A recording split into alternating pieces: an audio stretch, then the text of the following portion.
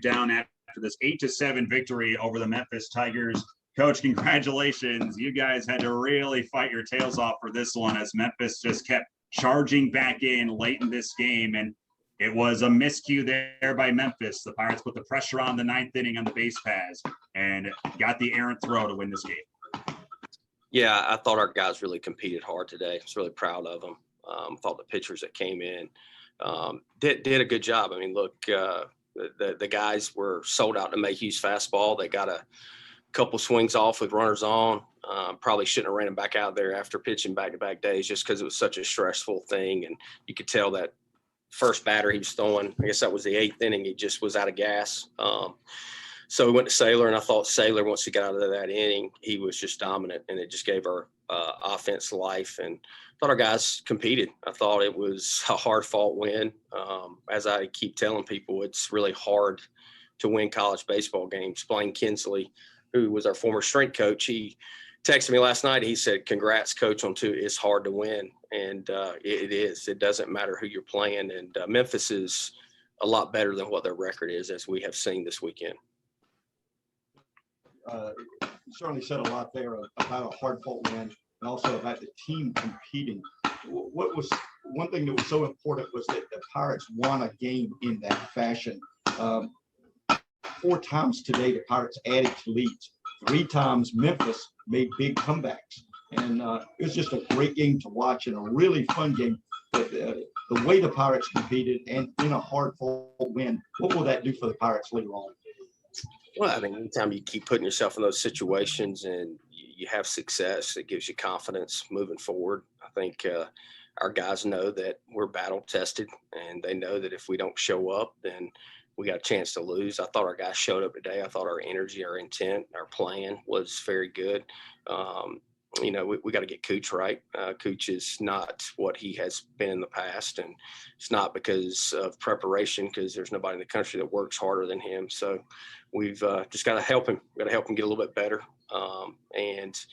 Going to all our guys in the bullpen yesterday, yeah, we got to win, but that puts you in a bind today. And you're going to some of the same guys, and there'll be some guys tomorrow that pitch for us that, have not seen the mound probably this weekend, and they'll get an opportunity, which we've talked about our pitching depth. We got confidence in those guys. So, but Mayhew, Saylor, and Bridges will not be available tomorrow, so we can go ahead and knock them off the board. I'm going to leave you with, I want to single out one guy with not just what he did today, but what he's done already this weekend, and that's Bryson Worrell, who scores the winning run. He's on 5 times today. He had a couple of homers yesterday. We know it's been there. We know what he can do, and we have seen it, bits and pieces of it over the last couple of weeks. But this weekend, what a coming out party it's been for a guy that he's been looking to do this for a long time now. Yeah, Bryson, and look, somebody asked, "Hey, are you right-handed naturally?" And he started out hitting right-handed, but we've worked really hard. And if you look at that first weekend when the wind was blowing in, he hit 3 home runs. So for people that don't think he's a good left-handed hitter, then they just don't watch the game. So, and when you look at batting average, you can't tell that. So that's why we talk about quality at bats. I'm proud of Bryson. He was in the thick of everything. The other guy I'm really proud of is Ben Newton. I mean, he caught tremendously. That play he made in the 9th inning and bounced out there. I mean, the aggression that he had there, he had 2 RBIs today as well. I thought he was outstanding today. And that is such a huge asset for us because Seth can't catch every day, especially not on 4-game weekends. So Ben was great. And, a lot of our guys, Hoover had a big hit after they intentionally walked, Norby, and others. So we just got to keep grinding. And once again, we've put ourselves in a situation that we can go for a sweep in a 4-game weekend. So we get to wear the camos and the golds again, which is always nice. And it's going to be hard for us to get a chance to wear those in these 4-game sets, but we'll cherish it and we'll be ready to go tomorrow. Well, another fun one here today, another victory for your guys, winning in as many different ways as possible. You're going to have to do it a lot here, and they're showing it again here this weekend. And we'll be with you tomorrow morning, Coach. All right. Thanks, Corey. Thanks, Coach. Okay, we'll have further questions for Coach Godwin. Coach, Garrett comes in and, gives up a CNI single and then the sack bunt and ball kind of in shallow center. For him to refocus after that and kind of get on a roll, how important was that? It's huge. That's what I just said earlier. It's a huge momentum swing. And I thought he just flooded the strike zone with like 4 pitches once he was able to get out of that inning.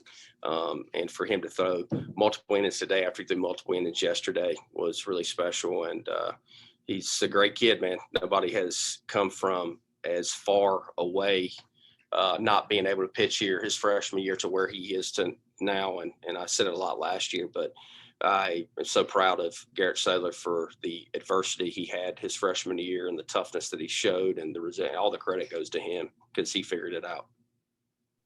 You talked about Worrell and Lane Hoover back this weekend, him in that 2-hole in the lineup. How much does that allow Worrell and Agnos and Newton to give you some pop there at the bottom, kind of middle portion, with Hoover hitting second every day?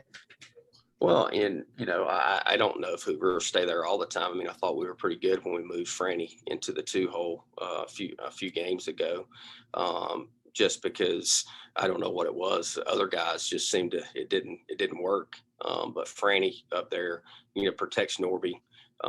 And of course, Hoove is Hoove.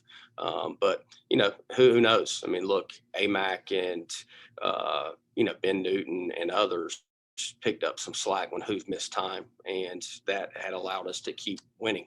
If those guys hadn't, done that, then our record wouldn't be what it is today. I mean, AMAC comes off the bench today, gets a single. I mean, right off the bat. I mean, the guy's a gamer. Another clutch performance by you guys today. You got to be happy with picking up a win against a team that's a lot better than their record right now. What's that do for you guys moving forward as you head into Sunday a little bit? Well, I mean, it just, gives you an opportunity to be 4-0 on the weekend, but I don't think they're going anywhere.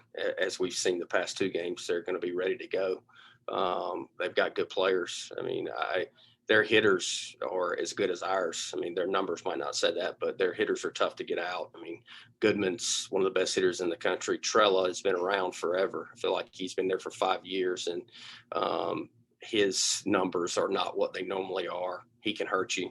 I think it's Wilson in the 2-hole who came in hitting like 150, and he's had like 10 hits in 2 days. I mean, can't get that guy out, but they're tough, and their credit goes to them. I mean, look, it'd be easy for them to kind of just pack it in, and they match us pitch for pitch, and they compete, and they really have raised their game to this challenge that they've had on the road. Coach, with Cooch right now, I mean, he came into the game with very few walks. Obviously, he hasn't been walking a lot of guys this year. Has he just been up in the zone, in your opinion? What do you think is allowing maybe some contact for the other teams at times? Well, I think it's a couple things. I think number one is Cooch has now been scouted a whole lot. I mean, he's been through the conference, 1 full year. And obviously we had the shortened COVID season, but there's a lot of video out there on him. I think guys are taking away his changeup, and right now his fastball command is not what it normally has been. I mean, he gets the glove side pretty good, but the arm side, it's not. It's just off the plate a little bit. It's not what it needs to be. And then he needs his slider, his breaking ball. He's going to have to do that, or it's just going to be hard for him to maneuver through with 2 pitches when you're a starting pitcher. He's going to have to find that, but there's no doubt that he'll find it. Look, Cooch is a winner. And even today, look, he leaves the game and we're up a run. I mean, that's Cooch. He gives us a chance to win, but nobody works harder than him in the country, and we will get him right. Okay, any final questions for Coach Godwin? Okay, Coach, thank you very much, and we'll talk to you tomorrow. All right, I'll let you guys talk to Norby. Ronnie, your computer did good tonight, man. Good job.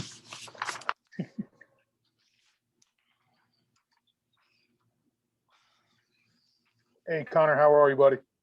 A lot better now. Okay. Guys, we'll go to questions for Connor. Connor, is this kind of the game you expect when you're knee-deep in an American Athletic Conference series? It just seems like it was kind of a back-and-forth war out there today.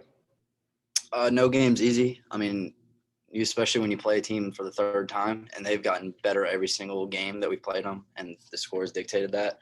But I mean, it's never easy in this conference. This conference is really good. And, I mean, the records don't show it, I guess you could say, but they play good teams and they play good baseball. And today, I mean, like Coach Godwin said, they matched us pitch for pitch and they didn't go away, which most teams would.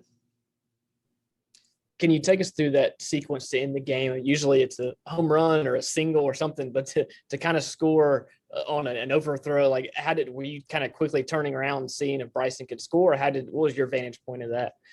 I stuck with my approach, which is what I stuck with the approach that I was given, and I just didn't get that pitch, I guess I was looking for. But when you get 2 strikes, you just got to battle. And that dude's good, but just put the ball in play and make something happen. And as soon as I was gonna be safe. I was pushing it, but as soon as I saw the ball kick, I knew who was running. I knew we were scoring. If you go look at the video, my hands are already up. I know who he's gonna score. You guys show a lot of confidence, and it doesn't automatically happen. Somebody has to go out there and make it happen. It seems like that's what you guys are doing right now. You're not just kind of assuming things are going to occur. Talk about the confidence level of this team as this streak continues, and you're having good success in the early portion of the AAC season. We have a lot of confidence. We come in and if we're within the right mindset, there's not many, if any, teams that can beat us.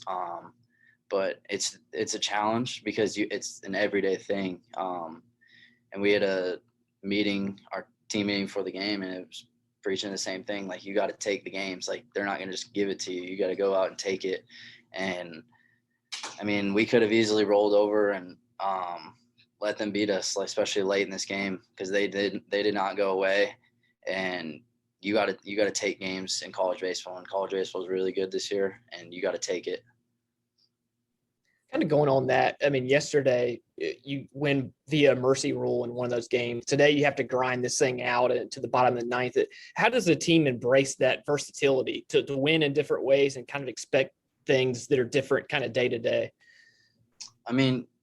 Not every game is going to be a 10-run mercy, I guess. You got to win in different ways, and we've done that all weekend. Even the second game yesterday, that was a close game. Today they didn't go away yesterday in game 2. But I lost my train of thought. Yeah, every game is tough. You're not going to win 10 runs every time. Every game is different. They're treated the same, but every game is different. And teams that can win in different ways are good teams. And we got to be able to continue to do that, especially if we want to be where we want to be at the end.